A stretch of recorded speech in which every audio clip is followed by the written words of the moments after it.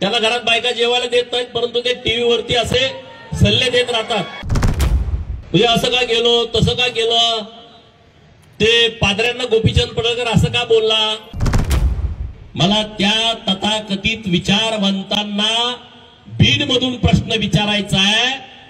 मग याला काय म्हणायचं, आम्ही तुम्हाला मदत करतो आणि मग तुम्ही आमच्याकडे या, आमचा देव श्रेष्ठ आहे. बीडच्या आमच्या आजच्या मोर्चाची मागणी काय आहे. सगळ्यात महत्वाचा विषय गेल्या 8-10 दिवसापासून इलेक्ट्रॉनिक मीडियामध्ये सुरू आहे, प्रिंट मीडियामध्ये छापून येतोय. तो मुद्दा काय आहे. आणि मी स्वतः राज्याचे मुख्यमंत्री माननीय देवाभाऊंच्याकडे पत्र देऊन मागणी केली आहे की बीड मध्ये जो तुरुंग आहे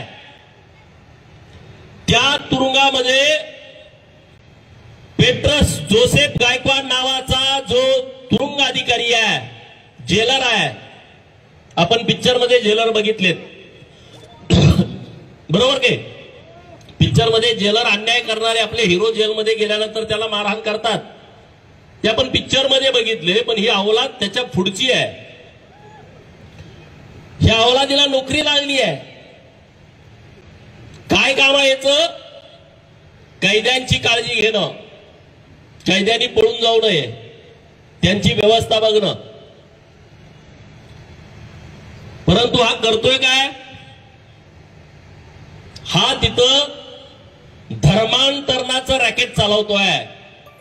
महाराष्ट्रामधले जे बोलतात की भाजपवाले हिंदू मुसलमान करतात, महाराष्ट्रातले अनेक विचारवंत तज्ञ तथाकथित, मी त्यांना तज्ञ मानत नाही, त्याला घरात बायका जेवायला देत नाहीत, परंतु ते टीव्हीवरती असे सल्ले देत राहतात. म्हणजे असं का गेलो, तसं का केलं, ते पादऱ्यांना गोपीचंद पडळकर असं का बोलला, बरोबर ना.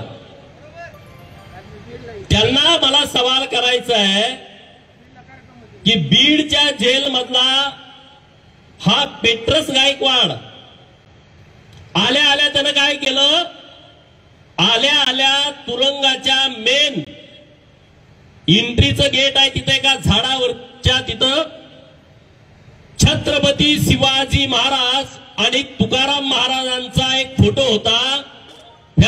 आल्या आल्या तो फोटो काढला. काय धाडस आहे बघा. म्हणजे हिंदू झोपला नाही, हिंदू अर्ध मेलाय. अरे छत्रपती शिवाजी महाराजांचा आणि तुकाराम महाराजांच्या भेटीचा फोटो हा अधिकारी काढतोय.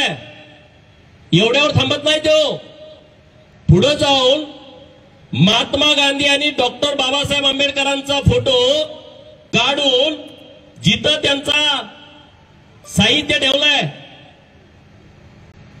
म्हणजे टाकाऊ साहित्य, त्या खोलीमध्ये नेऊन ठेवतोय. तुरुंगाच्या एंट्रीला बायबल मधले स्लोगन असे 9 फोटो लावतोय एंट्री मध्ये.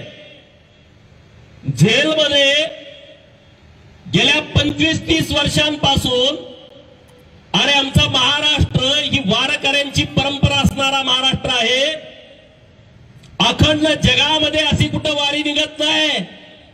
आळंदीहून पंढरपूरला जगातल्या लोकांना प्रश्न पडलाय, अरे निमंत्रण नाही, पत्रिका नाही, लाखो लोक वारीमध्ये येत आहेत. अशा वारकऱ्यांचं कीर्तन आणि भजन जेलमध्ये गेल्या 25 वर्षापासून सुरू होतं. या कीर्तन आणि बंद केलाय, भजन बंद केलाय. मागच्या महिन्यामध्ये गणपती होता. अनेक वर्षांपासून गणपती जेलमध्ये कैदी बसवतात. हा म्हटला की इथं गणपती बसवायचा नाही. जेव्हा कैदी उपोषणाला बसले, ते आंदोलन करायच्या तयारीमध्ये आले, तेव्हा मग यांना गणपती बसवायला शेवटच्या दिवशी परवानगी दिली आणि तिथं म्हणे वाद्य वाजवायचं नाही. मला त्या तथाकथित विचारवंतांना बीड मधून प्रश्न विचारायचा आहे मग याला काय म्हणायचं? हे या पेट्रोलचं काम आहे का? त्याची जबाबदारी आहे का?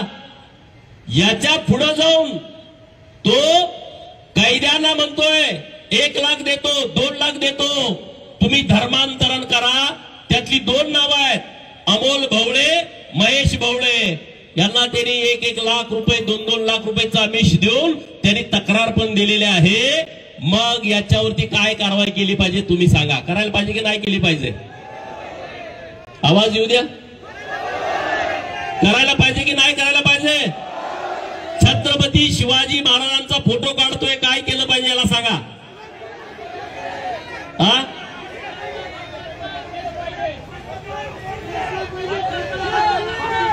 हे मुसलमान दिसून येत आहेत, पण हे स्वीट पॉइझन आहे. स्वीट पॉइझन कळतच नाही. आम्ही प्रार्थना करतो, आम्ही तुमचा आजारबारा करतो, आम्ही तुम्हाला मदत करतो, आणि मग तुम्ही आमच्याकडे या, आमचा देव श्रेष्ठ आहे, आमच्या देवाला शिव्या देतात, तुडवतात. हे कसं काय चालेल?